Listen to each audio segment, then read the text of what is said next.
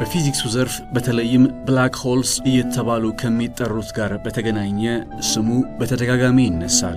ይህንን መነሻ አድርጎም A Brief History of Time from the Big Bang to the Black Holes በ1988 ጽፎ ያሳተመው መጽሐፉ በዓለም አቀፍ ደረጃ እጅጉን ተወዳጅነትን ካተረፉ በብዙ ሺህ ሚሊዮኖችም ከተሸጡ መጽሐፎች ውስጥ የሚጠቀስ ሆኖለታል። የዛሬ የኔ ጀግና ባለታሪካችን ስቴፈን ሃውኪንግ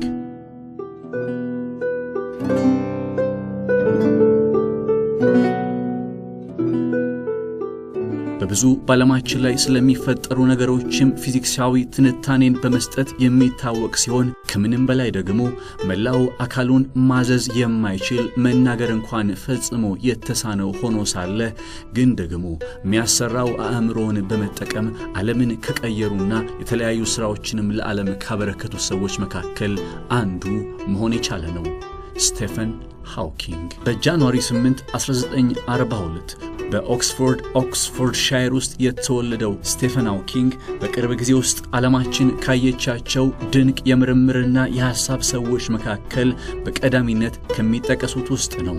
ከሪላቲቪቲ ቲዮሪና ከኳንተም ፊዚክስ ጋርም በተገናኘ እንዲሁ የስቴፈን ሃውኪንግ ስራዎች እጅጉን ገናና ሲሆኑ በተለይም ጊዜን በመረዳት ያቀረበበት ትንተናውም ልዩ ሰው ያስብለዋል። ትላልቅ የሆኑ ከዋክብቶች የመሞት ጊዜያቸው ደርሶ ሲሞቱ ብላክ ሆልስ እየተባሉ የሚጠሩት ነገሮች ይፈጠራሉ። በውስጣቸው ያለው ጠንካራ የሆነ የስበት ኃይልም ደግሞ ምንም ነገር ከመካከላቸው እንዲወጣ እድልን አይፈጥርምና እነዛ ትልልቅ የሆኑ ከዋክብቶች እርስ በርስ እየተሽከረከሩ የሞት ጊዜያቸውን ያጣጣማሉ።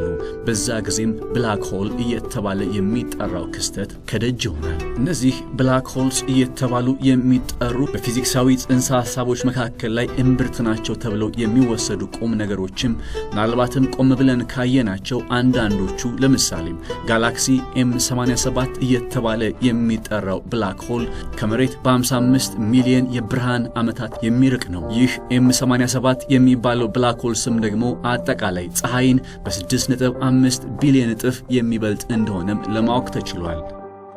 ታዲያ እነዚህን ብላክ ሆልስ እየተባሉ የሚጠሩትን ጉዳዮች ለዓለማችን በማብራራቱ በኩል ከሚጠቀሱ ሳይንቲስቶች መካከልም አንዱ ሊሆን ይችላል። በ1962 በኦክስፎርድ ዩኒቨርሲቲ ኮሌጅ ፊዚክስን ያጠናው ስቴፈን ሃውኪንግ በትሪኒቲ ሃል ካምብሪጅ ደግሞ በ1966 PhDውን ይዟል። በ1960ዎቹ ግን የጤና እክል ያጋጠመው ሲሆን የጤናው እክልም ደግሞ ምንም ስራዎችን እንዳይሰራ እያገደው ህይወትን ከባድ ቢያደርግበትም እንኳን ስቴፈን ሃውኪንግ ግን እነዚህን የጤና ተግዳሮቶች በተሻገረ መልኩ ነበረ ስራዎቹን ሲቀጥል የቆየው።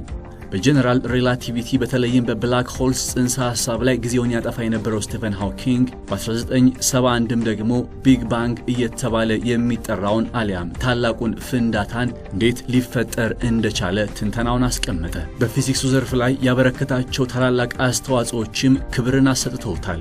በ1974 እንደ አውሮፓውያን አቆጣጠር በሮያል ሶሳይቲ ወጣት ተመራማሪ የሚል ክብርን የሰጠው ሲሆን በ1977ም በካምብሪጅ የግራቪቴሽናል ፊዚክስ ፕሮፌሰር ለመሆን በቅቷል። በ1979 ደግሞ ቀደም ብሎ በአይዛክ ኒውተን ጭምር ተይዞ የነበረውን የካምብሪጅ ሉኪዥያን ፕሮፌሽን ኦፍ ማቴማቲክስን እንዲሁ በኃላፊነት መርቷል። በ2006 እንደ አውሮፓውያን አቆጣጠር ከሮያል ሶሳይቲ የእውቅና ሜዳሊያ ሽልማት የተበረከተለት ሲሆን በ2009 እንደ አውሮፓውያን አቆጣጠር ደግሞ ከሀገር አሜሪካ ከፕሬዝዳንቱ የሚገኘውን እጅግ ክብር የሚሰጠው የሜዳሊያ ሽልማትም ተበርክቶለታል። በ2006 እንደ አውሮፓውያን አቆጣጠር ከቢቢሲ ጋር በነበረው ቆይታ ስቴፈን ሃውኪንግ ሲናገር ወደ ስፔስ ወይም ወደ ህዋ መጓዝ ትልቁ የህይወቱ ግብ እንደሆነ አስቀመጠ። ይህም ከተሰማ በኋላ ሪቻርድ ባንሶን የተባለ ሰው ለስቴፈን ሃውኪንግ በነፃ ወደ ህዋ የሚጓዝበትን አጋጣሚ አመቻቸለት። ስቴፈን ሃውኪንግም ሳያመቻምች ነበር የተቀበለው። ከዚህም በኋላ በኤፕሪል 26 2007 ስቴፈን ሃውኪንግ በልዩ መልኩ በተዘጋጀ ቦይንግ 727-200 ጄት አማካኝነት ምንም የመሬት ስበት በሌለበት ሁኔታ ላይ እንዲበር ተደረገ። በዚህ ጊዜ ክብደትንም ሆነ ሌላም ነገር ምንም እንዳይሰማው የሆነ ሲሆን በዋናነትም ስቴፈን ሃውኪንግ ይህንን ማድረግ የፈለገው ሰዎች ወደ ህዋ የመጓዝ ልምዳቸውን እንዲያሳድጉ በሚል ነበር። ታዲያ በ2007 ያለምንም የመሬት ስበት በሌለበት ሁኔታ ላይ እንዲበር በማድረግ በህይወቱ ማሳካት ከፈለጋቸው ነገሮች ውስጥም ትልቁን አሳክቶ አልፏል። ስቴፈን ሃውኪንግ በ2006 አንድ ነገር በኢንተርኔት ላይ ጠየቀ። ዓለማችን በፖለቲካ በማህበራዊና በአካባቢያዊና በአየር ንብረት ለውጥ ሳቢያ እንዲህ በተቸገረችበት ጊዜ የሰው ልጅ ቀጣይ 100 ዓመታትን በምን መልኩ ነው ሊቀጥል የሚችለው የሚል ጥያቄን አስቀመጠ። ከዛም ከስር እኔ መልሱን አላቀውም ለዛም ነው ጥያቄውን የጠየቅኳችሁ አለ።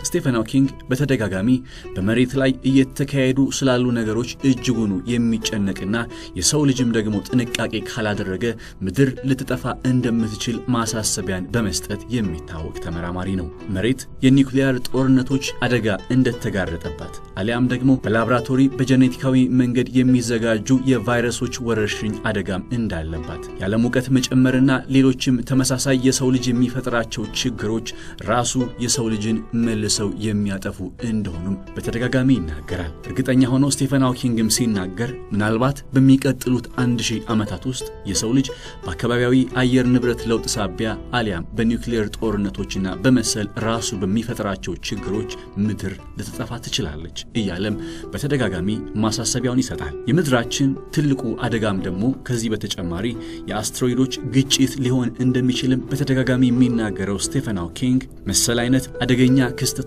ምድር ላይ ከመድረሳቸው በፊት ግን የሰው ልጅ ሌላ አዲስ የመኖሪያ ፕላኔትን ማዘጋጀት አለበት በሚል ምክሩም ጭምር ስቴፈን ሃውኪንግ ይታወቃል። ለዚህም ነው በተደጋጋሚ ወደ ስፔስ የሚደረጉ ጉዞዎች ሊበረታቱ ይገባል ሲል የሚደመጠው። በ2007ም እሱ ራሱ ይህንኑ ወደ ስፔስ የሚደረግ ጉዞን ለመሞከርም ተገዶ ነበር። በብዙ የምርምር ስራዎችና ሐሳቦችን በመስጠት የሚታወቀው ስቴፈን ሃውኪንግም በ2018 እንደ አውሮፓውያኑ አቆጣጠር ነበር ሕይወቱ ያለፈው። ያኔም የ76 ዓመት አዛውንት ሆኖ ነበር። ቤተሰቦቹ እንደተናገሩትም ሰላማዊ በሆነ መንገድ ነበር ሕይወቱ ያለፈው። የሰራቸው ስራዎች ግን ዘላለሙኑ የሚቆዩ በተለይም ደግሞ ወደፊት ስቴፈን ሃውኪንግ እንዲህ ተናግሮ ነበር እየተባሉ ሊተነተኑ የሚችሉ ብዙዎች እንደሆኑም ይነገራል። የዛሬው የኔ ጀግና ባለ ታሪካችን ስቴፈን ሃውኪንግ ምንም አይነት የአካል ጉዳት ቢኖር ከአእምሮ ውጪ ሌላው የሰውነት ክፍሉን መጠቀም የማይችልበት አጋጣሚ ቢፈጠርም መሰል ነገሮችን ከማሰብ